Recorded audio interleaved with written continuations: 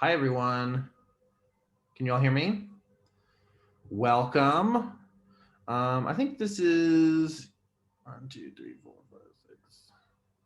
We're still missing Phil, who will be here hopefully soon. Okay, but I'm so excited to introduce you to my friend Kristen McKeon here, a wonderful saxophonist in the New Thread Saxophone Quartet, but who also works for D'Addario. And maybe, Kristen, I'll let you introduce yourself and your work, and we'll kick it off.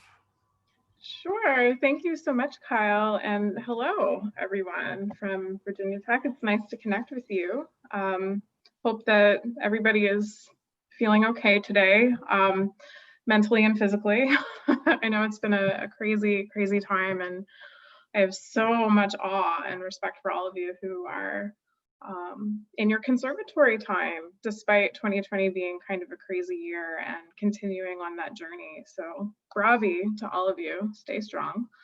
As Kyle mentioned, my name is Kristen. I am a saxophonist as well, and I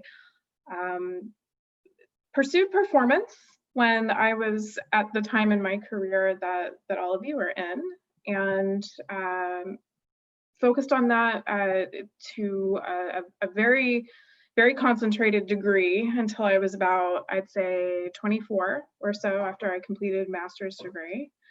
And then I moved to New York City, not by choice, because my family situation dictated as much. And after I completed my master's degree, I had my plans completely uprooted. So I speak with classes quite frequently, and I think it's really important to mention to you all that my plan was totally foiled. And I wanted to pursue a doctorate, and like your fearless professor here, I wanted to teach in the collegiate environment, and was not able to do that. Hence the move to New York City to see what I could see my degrees were worth on my own at that point. And so I found other musicians to play with here in New York. I'd be more than happy to talk with you a little bit about my work with New Thread Quartet and how that's all kind of taken shape over the past decade or so. And not long after I made the decision to move to New York, I did find a job opportunity with D'Addario. There was nothing magical about my position in the industry or my position in the saxophone world or anything like that. Somebody just gave me a break. And I can talk a little bit about that as well, because a lot of people, I find, myself included, don't really like hearing, oh, right place, right time. It's like, okay, well, that's precisely unhelpful for me to just hope for right place, right time in my future. So I can tell you a little bit about some of the headspace that I was in around that time that I do think helped me find the opportunity. And I've been working with D'Addario and Company also for the past 10 years. Right around the time I started playing in New Thread Quartet, I started with D'Addario and Company. They had purchased the Rico brand. So I'm sure many of you, perhaps all of you, played a Rico reed at some point in your earlier days. That's the brands that D'Addario purchased.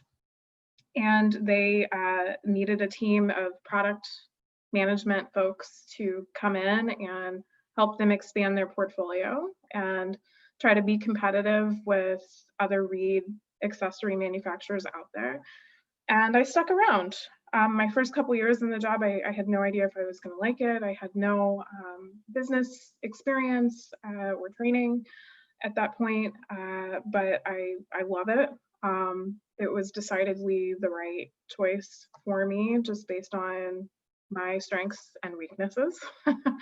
And yeah, I also, similarly to any questions you have about my performing life, I'd be happy to answer questions about the industry as well. If some of you might be interested in exploring careers in music outside of the most common paths, I guess, which is music education, performance, increasingly digital media and audio recording, and those disciplines as well.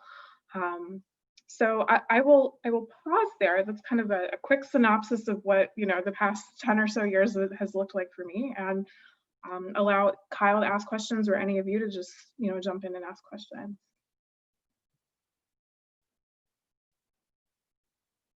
Maybe before anybody asks a question, can I ask you all a question? How many of you are undergraduate students?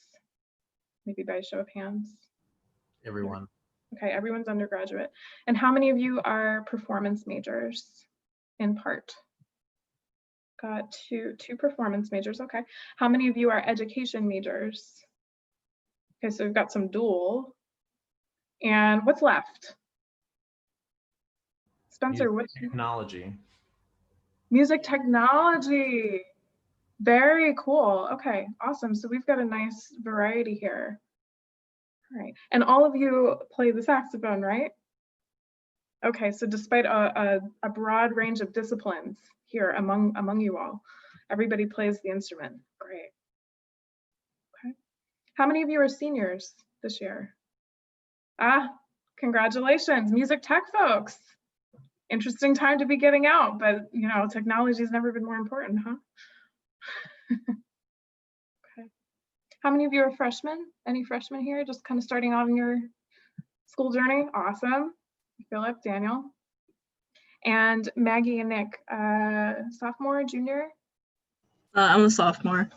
Sophomore, okay. And I'm a junior. Okay. All right, awesome. All right. Anybody want to hear you prattle on about other things?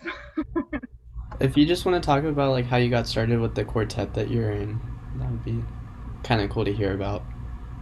Sure, yeah, absolutely. So the name of the group is New Thread, THREAD Quartet.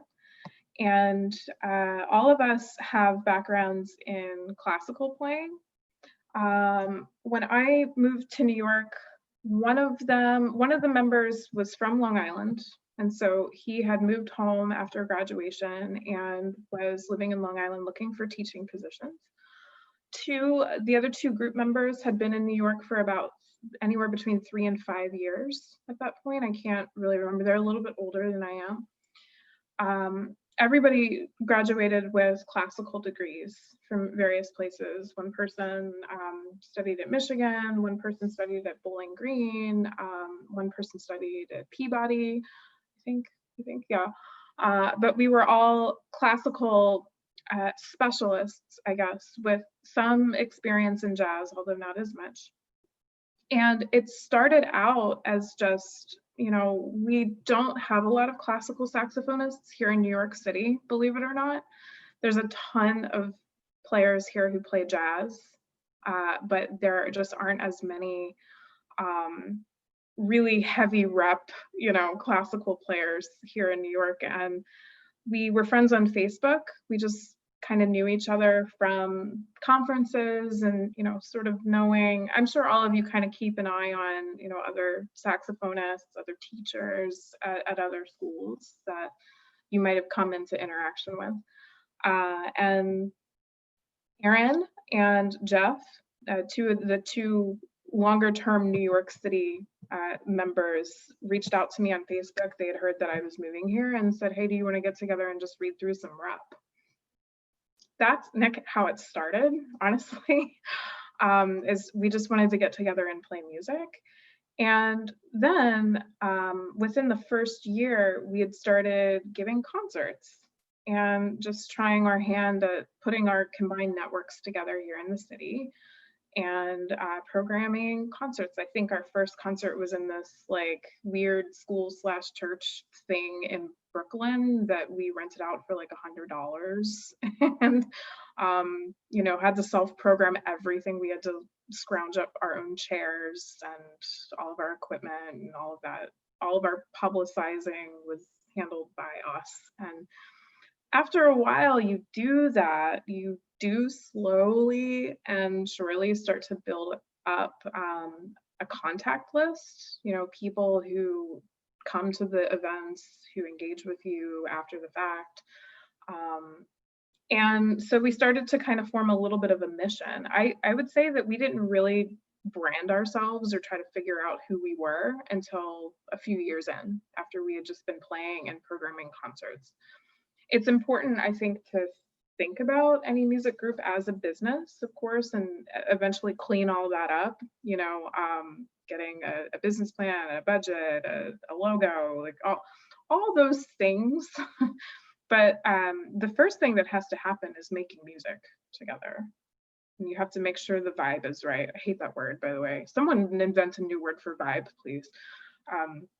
It would just, it was something that we felt that, we could do later. The first objective was to get together, play music, and challenge ourselves to just program a concert and prepare for it and get used to one another. Eventually, though, we did get more serious about what we were doing, and we decided that we wanted our mission to be mostly composer oriented. So the group is set up to commission. I'd say about 90 to 95% of the music that we play in New Thread is brand new music that's been written by various composers. Tapping into a composer network can be really rich with opportunity, with connections. There's always composers looking for musicians to play their music. As saxophonists, we're always looking for music to be able to play that's new and interesting and might engage people in a different way. I'll pause there and see if that generated any other questions. I was wondering if you could talk more about the commission process. Like, is it more of you guys reaching out to composers or composers reaching out to you? That's a great question. I would say it's probably more us reaching out to them, but I'd say it's about a 75-25 split. We do have composers at this point. It probably took 5 or 6 years to get to this point, but we do have composers that'll come to us and say, hey, I'm interested in writing a sax quartet or programming this thing on a concert with saxophone, can you guys help us out? But we spend, I would say, probably 1 or 2 meetings at least every year, if not more. We're a nonprofit at this point, which also took a little time, like 5 or 6 years, I would say. We get together quarterly to have a board meeting. New Thread actually has a board. The members make up the board at this point. And we think about composers that we want to work with. We listen to other groups that have done cool things, not just saxophone groups either, just groups, Mivos Quartet or all these other new music groups that are kind of doing really hip, cool things. We'll just create a composer shortlist, and we don't always agree on the styles that we want to bring to a program. We have different tastes for sure within the group. Sometimes we do themes. Right now, diversity and inclusion is a huge topic in our society. And so, we've been trying to program composers who represent different lenses, different experiences.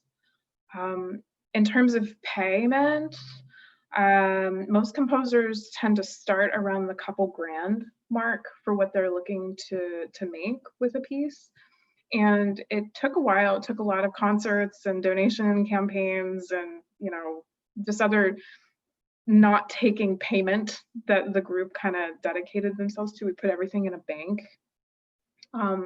It did get to the point to where we could afford that. We have a couple $1,000s that we can spend each year to work with a new composer, maybe more sometimes. And we see that as an investment. That leads to performance opportunities at their schools they teach. It could lead to recording gigs. So for example, we commissioned Emily Coe, who is composer down at University of Georgia. She's a composition instructor down there. And we commissioned her a couple years ago to write a piece for us. I think we paid a couple $1,000s. And she had written other pieces for saxophone quartet, for Prism Quartet, for the Amigos Quartet. And we said, oh, we want something from you, Emily. Your stuff is pretty cool. We paid her our fee. I think it was between $2,000 and $3,000. And we programmed it on a concert. We put it on our annual self-curated concert that we do called Explorations, which features the composers that we've decided to work with and showcase that year. And throughout COVID, with everything shut down, Emily still contacted us, and she had won a grant for recording her new music. And she came to New Thread and said, hey, can you guys record this piece for us? We don't have one definitive recording for it. I liked how you guys interpreted your movement. Can you do this? And so the money ended up coming back. The several $1,000s that we had paid Emily to write for us went right back in the bank a couple years later. So if you can work up a little bit of a kitty, so to speak, that you can put money into, gives you a little bit more flexibility. If you do get nonprofit status as a group, members of the group can donate if they want, and they can get a tax write-off for that donation at the end of the year. So it ends up kind of breaking the person even in their contribution. Yeah. Does that answer your question, Andrew? Yeah, it does. Thank you. Okay, great. Can you talk a little bit about your move to New York? Sure. So I correct me if I'm wrong, but it sounds like you basically moved there without a plan other than networking, and that sounds very similar to something that might happen to me in the coming year. So Yeah. I want to know how that worked out for you, and whether you would maybe approach it differently now, looking back. If perhaps going there and looking for a job is maybe not as good as getting a job in a city and then moving there. Yeah. So I'll answer your question in two different ways, Spencer, because actually I did have the job technically before I moved into my apartment in New York. By like a few months. It was not much time. It was like a huge lucky break for me in terms of the timing.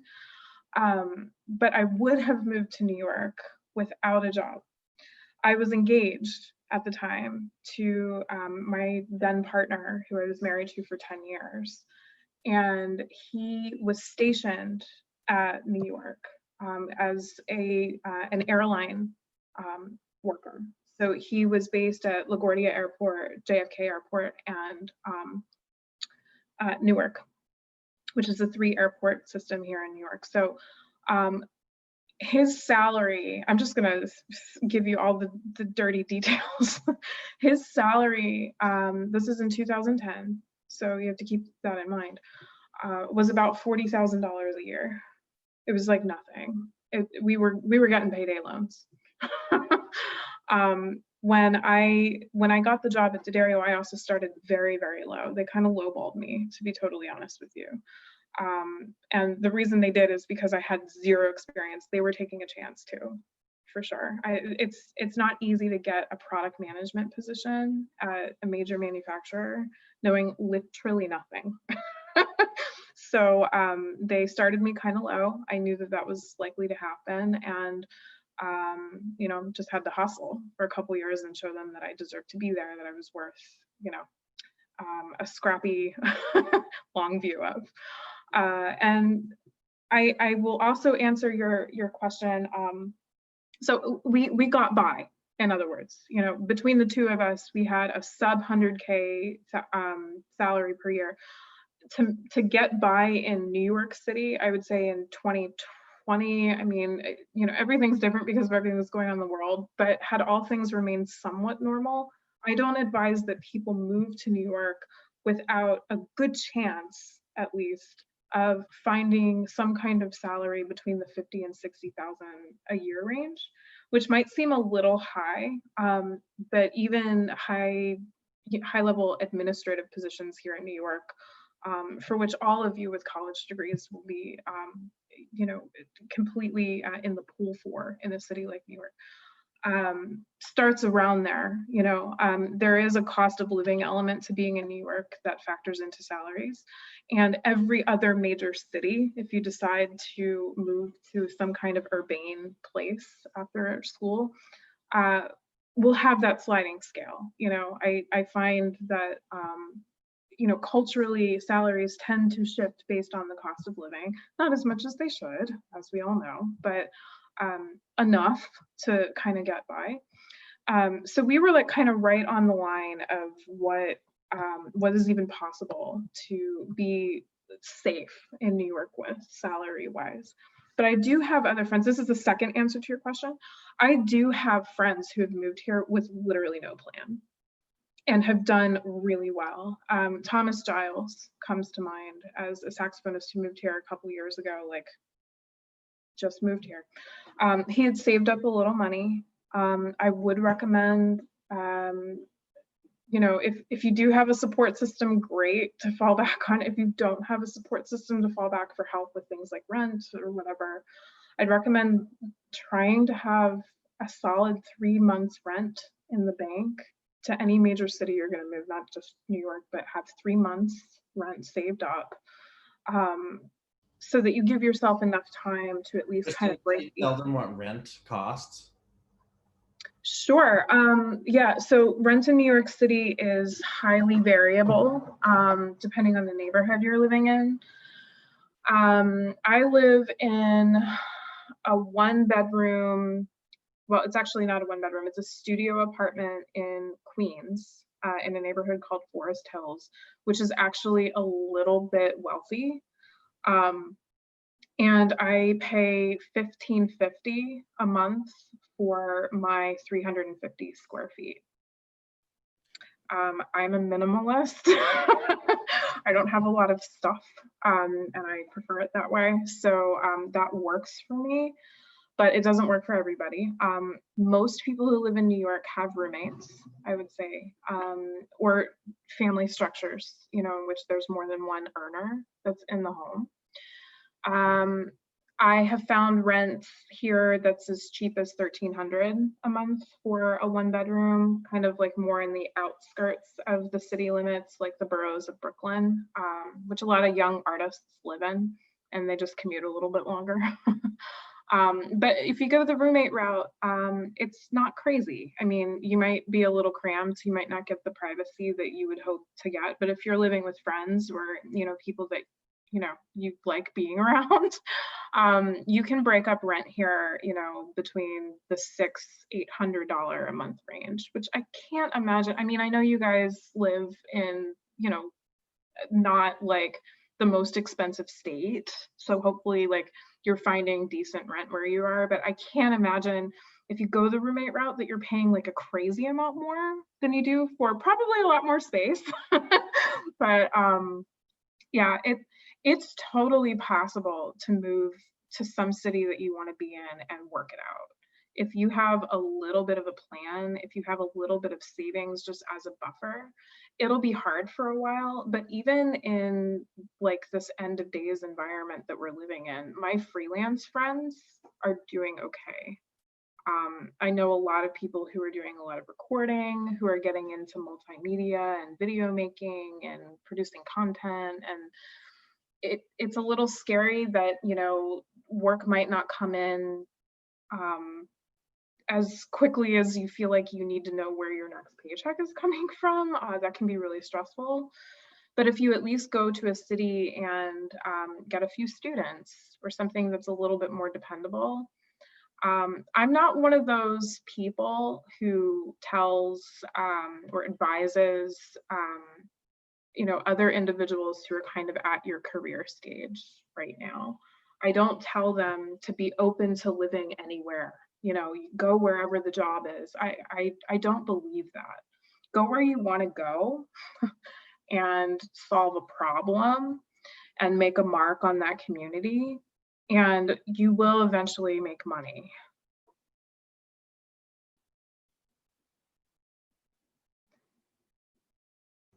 What else do you got, guys? Friends? I was wondering if you could talk more about like how to build a network, like how, like when you got to New York, was it like you just had people at school who knew people, or were you, how'd you go about doing that?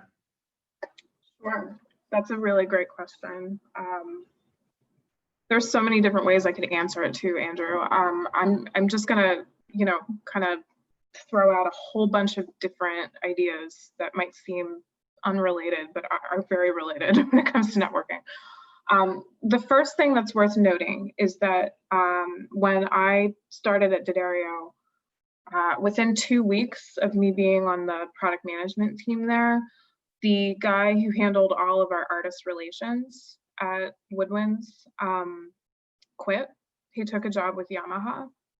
And so I was given his workload because, here's the young, eager, kid who, is a musician, probably knows a few of these professors that are on our roster, which I did. She can handle it. So I had 2 jobs. I had a product specialist position, and I also had to manage all 300 of our artists right away. And so part of my job was to network with these people.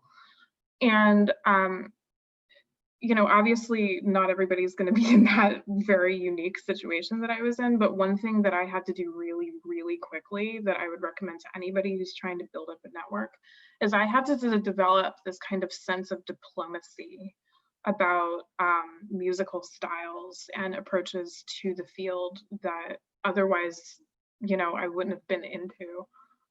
In a snarkier, beer pong moment from college, I would have been like, oh, I hate the way that this guy plays, or I hate that approach to music or ideas or projects, or, enter thing that you don't resonate with and have not learned much about as a result. I had to completely abandon that way of thinking when I moved to New York because it was part of my job to make these other people who played in very different ways and thought about music and art and everything totally differently than I did as part of a community. I had to treat them like part of a community. And so that's the first piece of networking advice that I can give is just be super generous and open to other people's ways of doing and thinking about things.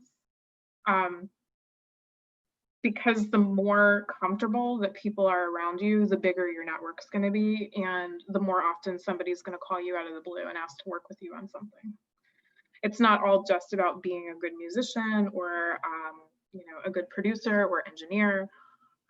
It's also about making people feel great about being around you. So that's the first piece of advice I would offer about networking. The other thing is to spend some time earlier on, especially if you're in a new place where you don't have any networks yet.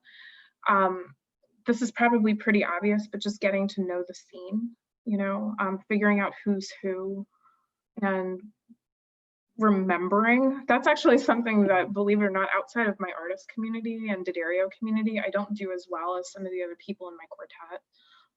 In terms of networking with composers and other musicians. Erin Rogers, for example, she's the tenor player in our group, is just a rock star at her and her boyfriend Dennis here in New York are new music legends. Everybody knows who they are and they get called for work all the time. So, just knowing who's who on the scene is important. Going to Erin was just here at Virginia Tech last year. Who was? I'm sorry. Erin. Oh, Erin. Okay, so some of you met her. Played in with Wild Up when they were nice. here. Okay. Along with Shelley Washington was also playing with them on that concert. That's awesome. Yeah, I mean, Erin's a total badass. I'm sure you saw that if you saw that performance. So just knowing who people are, going to their concerts and going to concerts in such a way, again, I'm going to use this word vibe, I'm sorry, it's gross, that is genuine. If you don't really want to be there, don't go. But if you can muster up interest to go to other people in the scene's concerts and just go for the sake of going and not go for the sake of at the end of the concert telling the performer or composer about your concert that's coming up that you'd like them to reciprocate for. When people sense a genuine, desire among their audience that they're there, they'll remember you more. And also making time for the hang.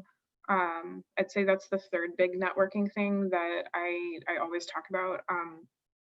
after a performance, if there's an opportunity for people to get together and just, commune. I understand, in this time we're living in, that's tougher, but making friends with people is honestly the best way to expand a network, in my opinion. And it's, after a while, you have to kind of set boundaries with that.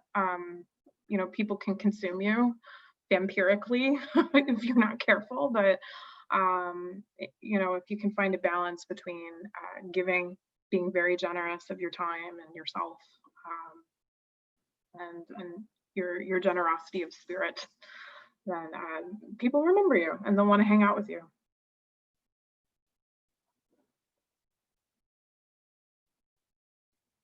Sorry, some of my answers are not very scientific. That's not what I find works. It's much more about, kind of the things you can't really read about on a Wikipedia page or study in a textbook. If I read Respect the Hang in the textbook, I'd be like, oh God.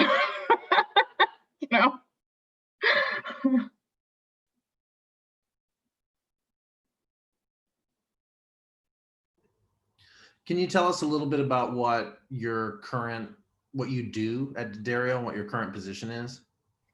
Sure. Yeah, that's like a whole other direction and can of worms.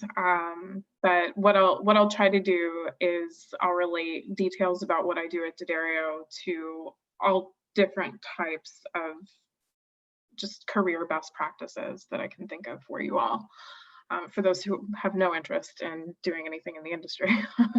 So, there's many different types of companies that make up what's referred to as MI. M as in Mary, I as in industry. The music industry is comprised of those who make products for musicians like D'Addario or Van Doren or those companies, Yamaha. And then there are the dealers, the retail environments that resells those products. So think anywhere from your local music store, if you have any that are still thriving around you, and the e-commerce world, so the Amazons of the world, the Woodwind Brasswinds. There's also independent e-commerce platforms like saxquest.com, where they have a storefront out in St. Louis, but they also have a vibrant website and web community. That's the sales kind of leg of what I am doing a lot of through my role at D'Addario. My technical title is product manager or brand manager. Sometimes I get referred to as both as a company. And when you're in product management, which is its own department in most companies that produce and sell a product have a product management team. You're kind of like the air traffic controller for the brand that you're working on. So I work specifically on the Woodwinds brand. I don't know much about guitar strings. D'Addario's biggest business is guitar strings, and we're doing quite well. We're actually up from 2019, if you can believe it, in guitar string sales. But Woodwinds is very different. As we know, it's a completely different market of people. And so I really kind of just focus on that market group. We call it market, which I know is kind of gross. It's musicians that we make and sell products for. The other, I would say, branch of air traffic controlling that I do is with marketing. So trying to guide the marketing team to put out really high quality imagery, to test things that might be a little bit provocative, but and cheap, but might elicit reactions, kind of just understanding what people are talking or saying about the brand on social media and developing strategy around that. And then the third kind of branch of what I do, and it's by far the biggest one that I have direct involvement in, is product development and product launches. So developing reeds, developing mouthpieces. Some of you might have heard of this this creature that we've created, this Ven read that's going to be coming out hopefully in a few months.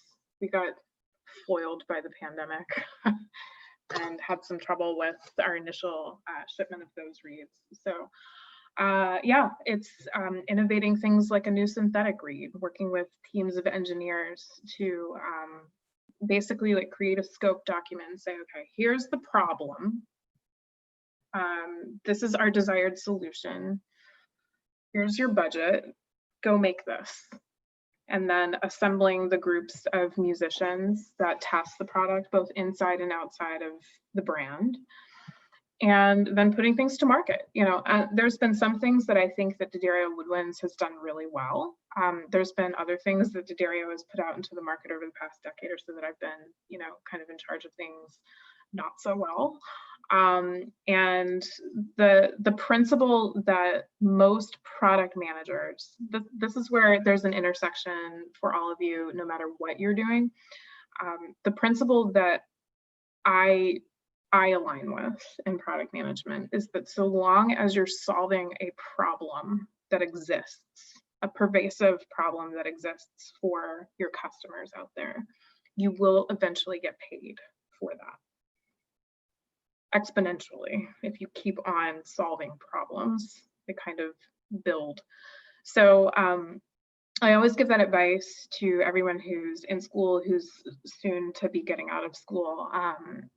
You will find a way to make money in whatever chosen field that you've, you know, that you've dedicated yourself, at least in this moment in time, if you can solve a problem for people, whether that's a problem that community has with a need for private instruction, or you know, maybe there's a need for like a New Horizons type of program in your community. There's, you know, people that would like to pick up an instrument that are a little bit older.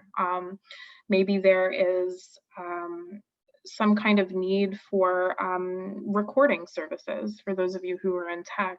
Maybe there isn't somebody who's local who can help people with their recital recordings, or there's always problems to be found.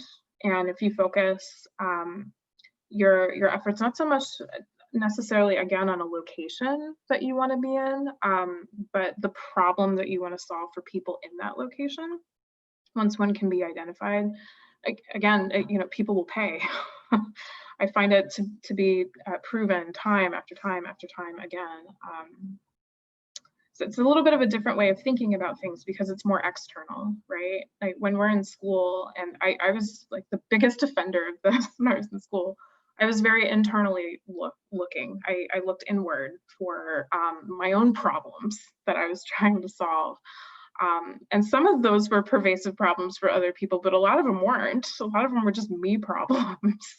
And so when I started looking outside of that and thinking, okay, you know, maybe I can offer D'Addario something because, wow, their reserve classical saxophone reads are total shit. So maybe I can help with that.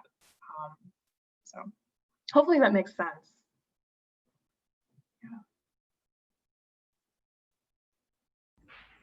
Yeah. So you play with the quartet and you have your work at D'Addario. I was curious when you were talking about the quartet, if you're willing to share, is that for you a creative project and labor of love, or is this also a job that is turning a profit for you personally? Yeah, great question. So the first at least 6-7 years was labor of love. I mean, we made a decision amongst the four of us to put back everything that we earned into the bank. We didn't take any money. There were a couple times where we'd have like rando gigs, like wedding gigs, where things that weren't really related to the mission of the group that we just paid ourselves out. You know, like, Merry Christmas, you get $300 off your rent this month because we did this shitty wedding gig. But we all like kind of agreed to it, and yeah, the vast majority of the money went back in the bank.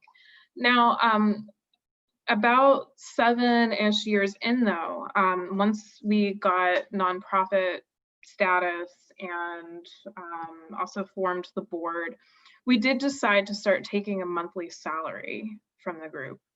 And it was only a couple $100 at first. The most it ever was $400 a month, which is a nice chunk of change. I mean, even for somebody living in New York, you know, like I can say like $400 in your pocket each month is really, really helpful. So yeah, that was just something we budgeted for. After a while, you know, we took $400 times 4, you know, it's $1,600 a month. We just made sure that we had that much money in the bank to pay ourselves out and also do our projects. It left us with not much left. You know, at the end of the year, we had to make that money back in order to continue paying ourselves that much the next year. But yeah, it can eventually become a profitable exercise. You just have to make sure that you know, your business plan and your expenses and your forecasted income nets out the right way. You know, like how much money do we want to have in the bank at the end of the year so that we can at least think about having another season? Does it need to be $4,000? Does it need to be $8,000? How much do we need to? It's just, you know, what it comes down to is just budgeting, you know, and being good about forecasting your budget, you know, and getting everything in there, getting the whole lay of the land for the year, and knowing what you have to work with. That's probably good advice at a personal level as well. Oh my God, yeah, and don't let that intimidate you. Like, I'm 34 years old, and just because of COVID, just now figured out how to like properly deal with my own personal budget. Just. So if you're budgeting now, like you're way ahead of a lot of people.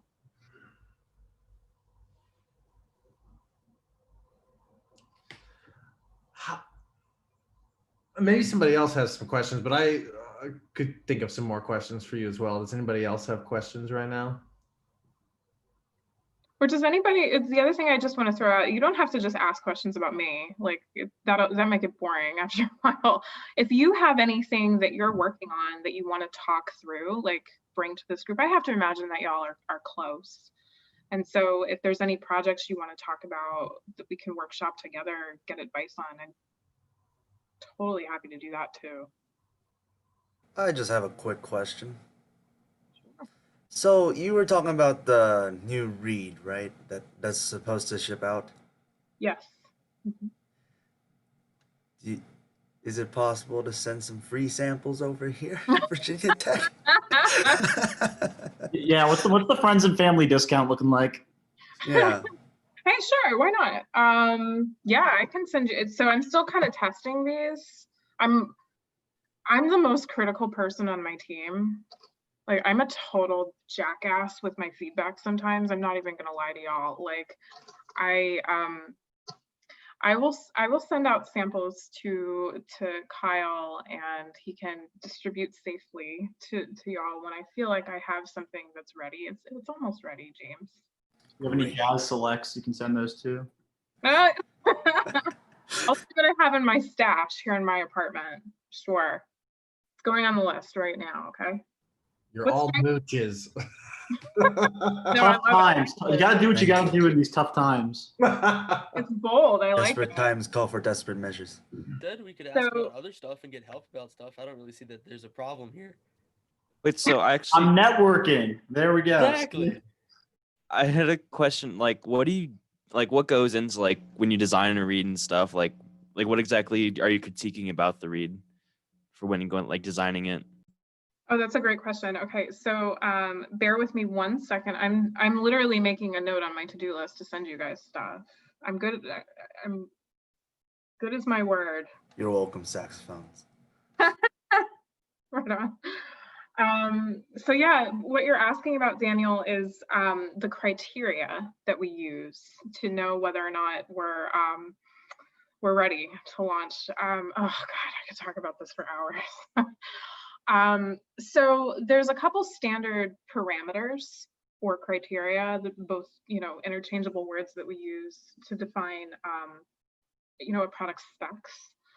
There's articulation, there's playability, there's sound quality. Well, I should say all of these fall into playability.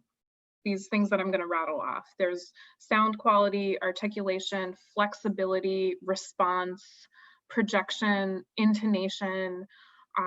We have those as kind of standard benchmarks that we set for all of our products, whether it's a mouthpiece or a reed, whatever it is.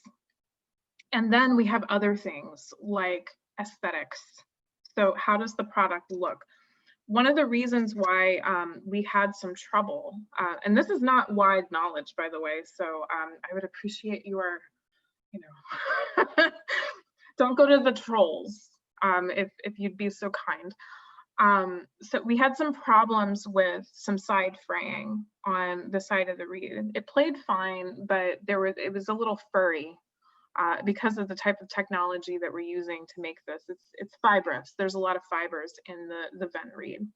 And so that was bothering people. They could feel the hairs in their mouth, and it just, some people didn't care. Some people really, it distracted them.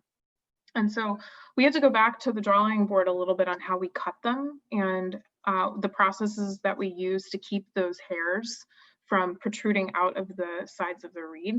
So that criteria, Daniel, would have fallen into aesthetics, like the actual look of the product. Does it look good? Are people going to be freaked out by the color? There was this huge debate about whether or not this was too like green grayish. Our marketing team, like, they're like color crazy people, and tried to get us to design this in like a weird white color. And we were like, absolutely not. This gray, green, brown color is quite fine for us. Thank you.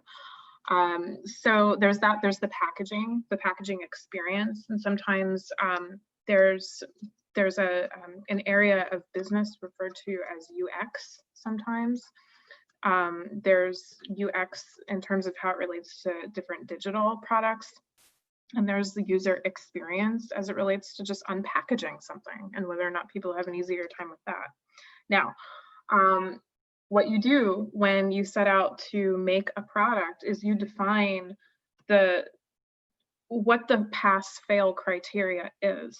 So how many people do we need to get feedback from in order to feel comfortable to launch this thing? Is it 100? Is it 300? What's the demographics? Is it a student? Is it a teacher? Is it somebody who's using a competitor product? Or is it somebody who's already using a D'Addario product? Who's the voice of this market and who? So we ended up testing Ven with a lot of Leger players because that's the market we're going after. So, it doesn't really serve us to stay within our own, pond of people that like our stuff. So we went to Leger users, we went to Van Doren users, we went to really staunch, like people like me who are snobs about synthetics and only use cane and probably will always only use cane, and got them to test the product and see what their feedback was. Would you more readily consider a reed that plays like that if you had to use a synthetic option, if there were no more cane reeds? And you just ask those really, really targeted questions.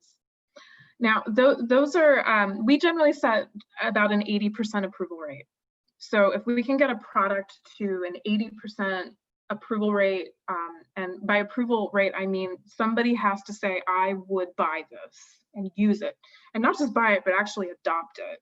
So we have different questions that we've come up with over the years to give us a sense of whether or not somebody will actually buy a product. I would say the most successful product that we've had to date is the Select Jazz tenor mouthpiece. That had a rating of, I think, between 92 and 95% adoption rate. So about 90+% of the people that we tested the mouthpiece, whether they were Van Doren mouthpiece users, Selmer mouthpiece users, vintage mouthpiece users, they all said, yeah, we would buy this. This is an awesome, awesome product for the price. So, and it shows up in the sales. We sell a lot of those mouthpieces each year because we did a good job on that one. There's other products that we didn't quite reach the mark on. So some of our clarinet mouthpiece models, for example, we didn't quite get to that 80% mark, and then it becomes an executive decision. Like, all right, how much risk are we willing to take with, you know, the perception of this product and our need to turn a profit? You know, we've invested all of this time and money into making the thing and buying the engineering equipment that's required to make the thing. We got to start getting paid back after a while. And so it becomes this really tough balance of go or no go if you're not quite at whatever benchmark you established for yourself. And that's where two other less scientific things come into play, Daniel, that I'll tell you about. There's just the intuition. There's this like instinct that you have as a product manager. Sometimes it's too soon, but before what was going on with the Supreme Court, I always told my team that you need to be Ruth. You need to dissent if you're not okay with this product. If you have a sense that it's not going to do well, if you just can't get on board with this yourself, you have to raise your hand and make that voice heard. You might get vetoed, you might get overruled by the rest of the group who might have had a different experience with the product or just thinks that maybe you're being overly cautious. But I tell my team all the time, you guys have the power. You have the ability to keep something from going out there if you don't think it's ready. I have that power as well. Even though there's people above me, I can go as the player in the group. I can go to my leaders and say, I think that this is crap. We're not there yet, and no one's going to buy it. And even people many levels above me would probably be like, oh shit. I don't have the ability to know whether or not that's true or not. So as the CEO of a company, if your player / product designer is like, nope, we're not ready, sorry, more money, more time, please. What do you do? You know, and so there's kind of this ecosystem of trust that has to develop between the members of the team. And the other thing is the curve that I like to build in called the they tell you what you want to hear curve.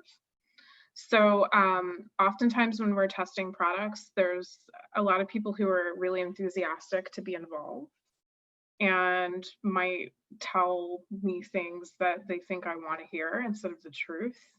I'm also like, I don't know, like I feel like I'm a pretty nice person. And so like people extra want to tell me stuff that I want to hear. And so I have to build in like this plus minus 10% curve with all of our data, knowing that there's some people that might have just kind of downplayed some of their feedback. And that's not really something that you can scientifically build in. It's just a feeling, you know. So being in person with people, having people test the product for the first time, there's all kinds of little tricks that I have. Like if they try it real quick and then put it away, I know that that's a fail. If they start walking around while they're testing a read and seem to really enjoy it, I know that's a good sign. If they have trouble finding words for what they like or dislike, I know it's a fail. It's a meh if they don't have any words about it. So there's other, you know, things that you just kind of pick up along the way to know what you're making and whether or not it's ready. By the way, this kind of, the reason why I'm going into so much detail about this is I hope that you all see the intersection between this way of thinking and whatever product you're creating. So even though it might be like a musical product or you know, a teaching philosophy that you're writing, getting people's feedback on this stuff and allowing your voice to almost be like the least important one is a really, really good mindset to bring into a career, you know, because again, it harkens back to that solving problems for people thing, you know. How do you balance like work with things that you find creatively fulfilling, or is it all creatively fulfilling? is running the clarinet mouthpiece machine not as fun as when you get to see people experience the project, the product rather? You guys have these amazing questions that like touch on so many things that I think about all the time. Balance is hard. because the job tends to get a lot of my time. Honestly, not as much as it used to. I have other people that help me out, so it's not like a 60-hour-a-week thing anymore. I personally get the most satisfaction, fulfillment, joy, whatever word you want to use, from collaborating with people. Hard stop. That the only real way that I could do that in an organized and sort of large, meaningful way before D'Addario was through music, just through playing music and studying music, being in studio class with people. I went right from school to this job, and I have found that being able to be a positive influence for other people, being able to manage groups of people, being on a team with people, like feeling like our team is really close at D'Addario too. I mean, like, we hang out. We all live near each other. We're kind of neighbors. Two of the members on my team are getting married. Like, people are really tight. And so, I've really enjoyed the ability to be able to kind of create that sort of feel in my community around me. And so I get almost as much fulfillment. I do get as much fulfillment out of, like, being on a team meeting every Monday morning to try to figure out what the hell we need to do that week, as I do going into a rehearsal with my quartet and trying to figure out the max dynamic levels for a particular section for balance. It all kind of boils down to the same kind of feeling that I'm trying to evoke in that space, which is everybody feeling really worthy to be there and excited to be there. And even if they come into that situation not 100%, are not, having a great day, or not feeling great about their playing, or they're this, or their focus, or XYZ issue, the world. I want to make sure that you leave that environment feeling as inspired as what I can help contribute to. So in that sense, the music and the job is one giant feedback loop. I don't feel like at this point in my career that I'd be as good a musician if I didn't have the business skills and the ways of thinking that you have to think of as a product manager. If I didn't have that experience with skill sets, I would not be as good a musician, and I would not be as good a collaborator with my team. And then vice versa. That intuition that I was sharing with you all about, of just knowing when a product is ready or not.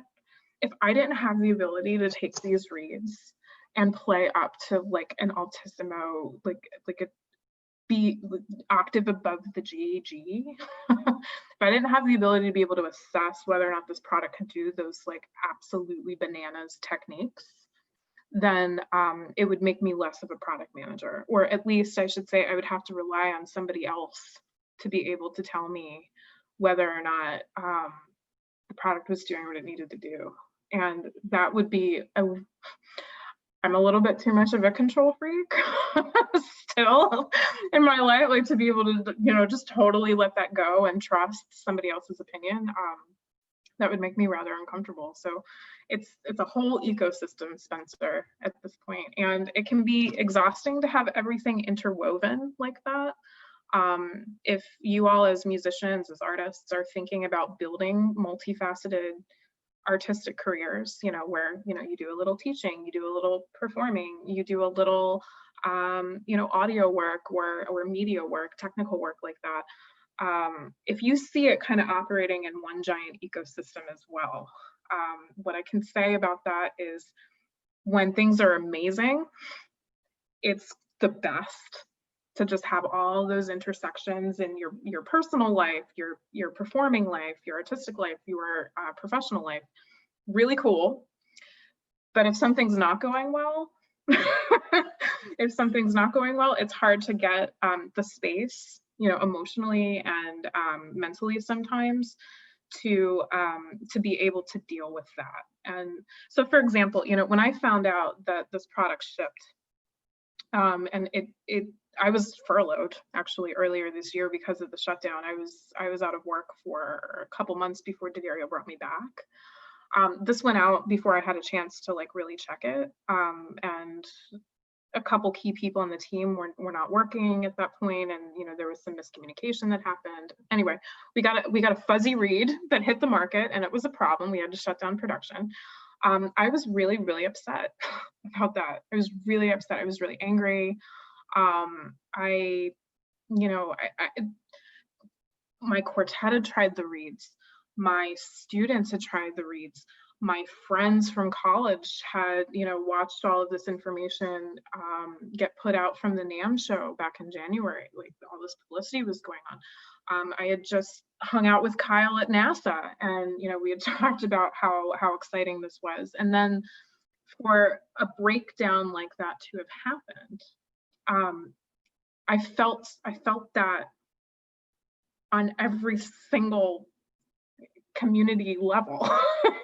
So it's, again, not very scientific, but just like an area of forewarning. If you do have everything interconnected, like your family, your professional life, your artistic life, it can be a lot. It can be a lot to kind of manage, especially when things aren't all, sunshines and roses.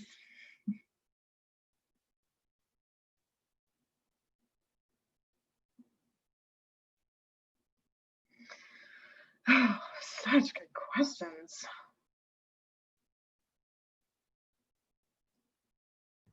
Is anybody scared of anything?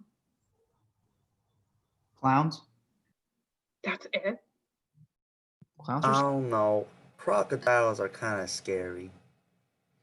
Crocodiles. I watched the debate on Tuesday. Does that count? That's Nah, that was just loud. The debate was scary until I finished my bottle of wine. Yeah. I mean, I'm short, so I guess heights. But I don't know. Big crowds. Those are pretty scary. Small I crowds. think this pandemic is a blessing in disguise. I mean, yes, the pandemic, like, it Excuse was me? bad, but no. I'm talking What? about like only the good parts of the pandemic that's shown. Like how I can wake up at 9 o'clock in the morning and then be at my theory class at 9:05. Hmm. Did How anybody miraculous watch that is. the pandemic special from South Park last night? No, Oh I'm my- sure it was amazing. It just I'll like, find it on YouTube. like one of the first scenes is Cartman like logging on to his Zoom class, pretending to freeze up, so he doesn't have to say anything in class, and then he just puts an iPad of his like frozen face in front of the camera, and then just I have some ideas for the next faculty meeting now. people do the same thing if you put a green screen over you and then just throw on a Zoom background. Mm-hmm. exactly. True. Plug right in. Well, in the actual terms of being scared, like in relation to this, I'm a little bit scared for the future. Like, what's gonna happen after this? What's gonna happen after I graduate? Maybe go to masters. Maybe what's gonna happen? Fear of the unknown. The fear of the unknown. Yep. Yeah. That's awful. I love how Daniel's just changing his background all the Oh time. yeah, I have the one Daniel true, and the one Andrew. true saxophone background. Okay. That one or this one with my homie. Okay. Kristen. No, I was actually really excited when you mentioned like how well the tenor jazz select mouthpieces were like doing, because I have like the alto. Well, you can't see it because of my lights. I have the alto one, Nice. but like I need a tenor mouthpiece, so I was like, okay, because I really, it's kind of funny because I've played Summer C double like almost my whole time playing, and I don't know, this is not like me bandwagoning or anything, but I actually like really like the mouthpiece, so now I'm looking forward to getting a tenor one. That's awesome. Yeah, we've done really well with our especially our jazz mouthpieces, because we've got a lot of people on our team that kind of get that style. one of our major product designers out in California is a Grammy award-winning saxophonist. So, you know, you kind of bloom where you're planted. I just want to comment on what James said about being a little nervous about, you know, the unknown, the whole like fear lies in anticipation kind of thing. And yeah, I remember feeling like that when none of this was going on. You know, like I was just getting out of grad school, and yeah, the economy was like not in the best place, but it was certainly nothing like what everybody is facing now. And so I want to acknowledge that, you know, I hear that, I totally hear that, but at the same time, I don't think that there's a generation of people, you know, kind of in the, you know, however they define these things, I feel like it constantly shifts, but there's never been a generation more prepared to handle this just complete clown car of a situation that we're in than yours. The level of resourcefulness, you know, just the optimism, the level of knowledge, the level of compassion that I tend to see, you know, among this generation is really, really inspiring to me. And I was really surprised, like when all of this stuff started to go down, the music community actually seemed to like weather things better than a lot of my more business oriented colleagues. You know, they just adapted.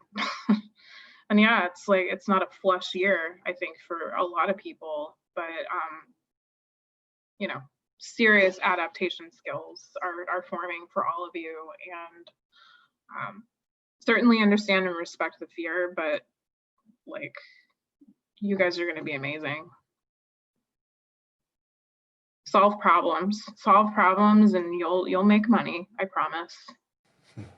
That's the plan, to make money. Not to make music, it's to make money. You can do both. I think it's more of just survive at this point. Yeah, I Like, think that's the motto for all musicians. Well, not even like solely musicians, just the state that the world's in right now. It's like just survive at this point. I think that's what they said 100 years ago when I think the Spanish flu pandemic happened. Yeah. But I mean, the thing is, it's creating us opportunities to be more creative in order to survive. So it's creating new opportunities where we might not see it. Yeah, I really think you're right, Danielle. I really think you're right. I mean, you are all probably way more tech savvy than the vast majority of the people that I graduated with, and you know, kind of found opportunities.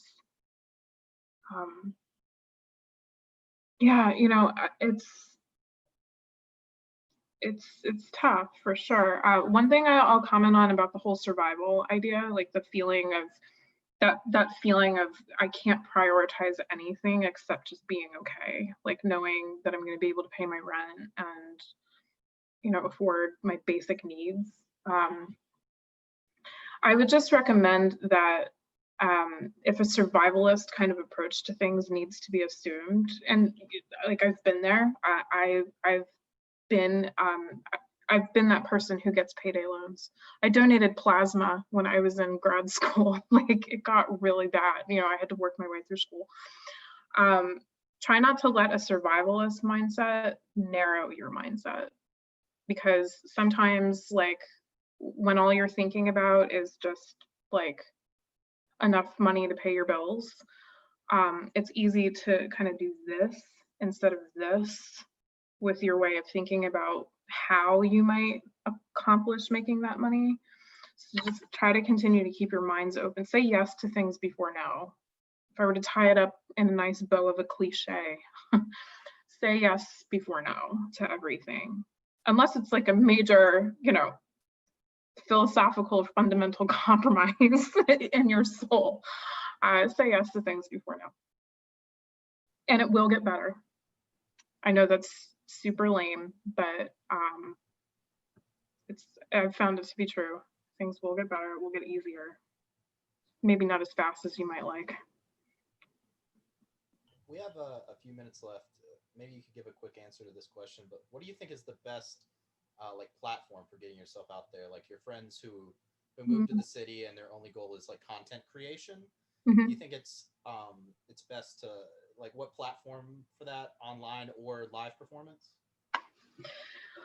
Yeah, I think you have to have multiple these days, unfortunately. So any kind of tool that enables you to kind of organize your content in a way that you manage it and post things as efficiently as possible is great. There's all kinds of tools that help you do this. Instagram is really important right now. That'll surely change in a couple years, but Instagram is huge. And tiling in Instagram, creating a visually appealing brand for yourself is really important.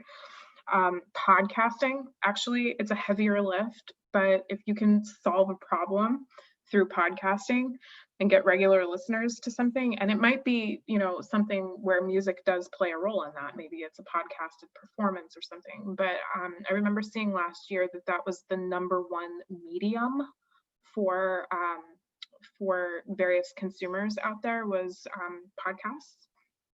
I think it's really important to have a great website.